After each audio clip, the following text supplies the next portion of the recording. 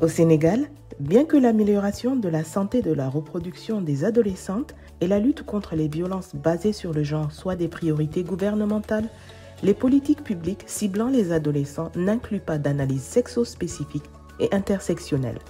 De plus, les pratiques coutumières et normes néfastes entravent leur développement.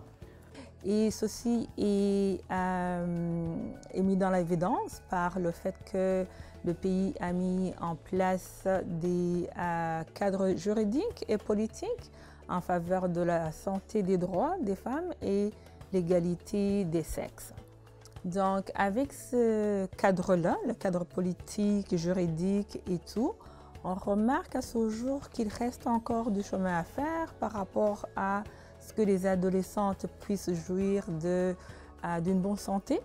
Et ceci inclut la santé de la reproduction.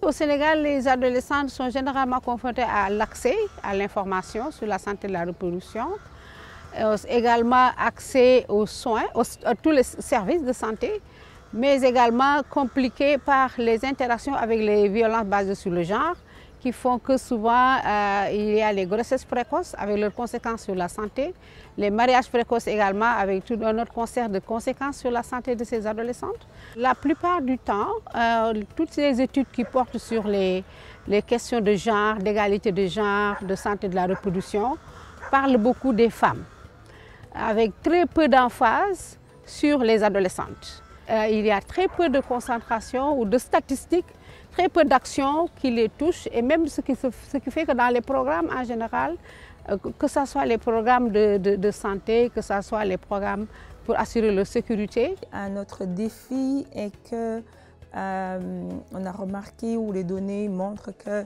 les jeunes ont des défis d'accéder à de l'information de qualité qui est essentielle pour pouvoir avoir une bonne santé de la reproduction et une bonne santé en général. Donc, il y a moins de services de santé adaptés pour les adolescents et les adolescentes en lien avec leur santé de la reproduction.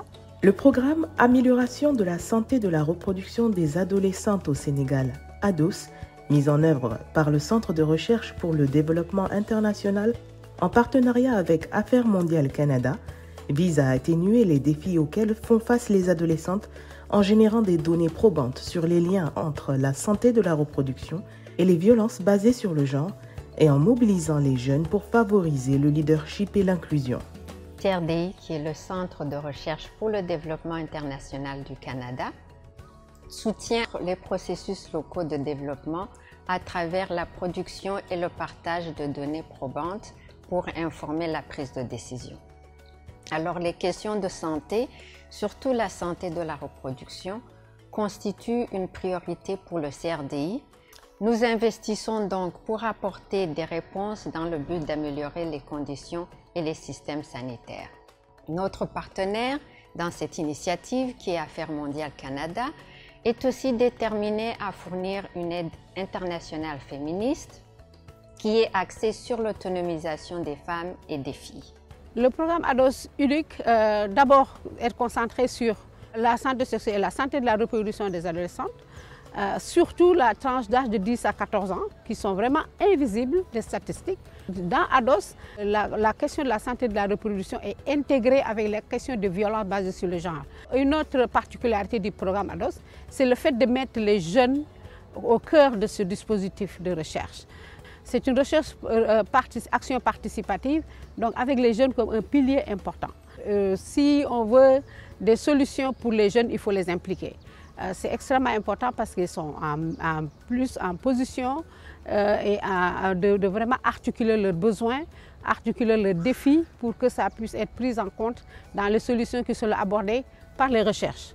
ADOS mobilise d'autres parties prenantes clés telles que les autorités locales, les leaders communautaires et religieux, ainsi que les institutions gouvernementales, de manière à apporter des réponses et des solutions concertées et adaptées aux besoins des adolescents et adolescentes.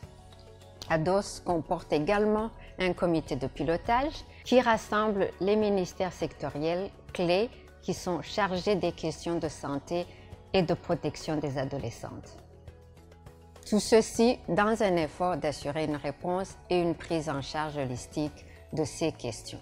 C'est cet aspect holistique que le programme vise pour non seulement aider à mettre en place ces études, voir qu'est-ce qui fonctionne, qu'est-ce qui a déjà été testé, qui n'a pas fonctionné ou qui a fonctionné, qu'on pourrait mettre de l'avant et capitaliser, mais aussi pour prendre le relais, pour mettre en œuvre ces actions, ces interventions-là. Donc c'est vraiment ça le gros de l'approche multisectorielle de ADOS. ADOS a un autre aspect très important sur le leadership, un plaidoyer des jeunes adolescentes afin qu'elles soient bien positionnées, qu'elles soient en mesure de mieux articuler leurs besoins et comment les politiques et les stratégies peuvent améliorer leur santé de la reproduction.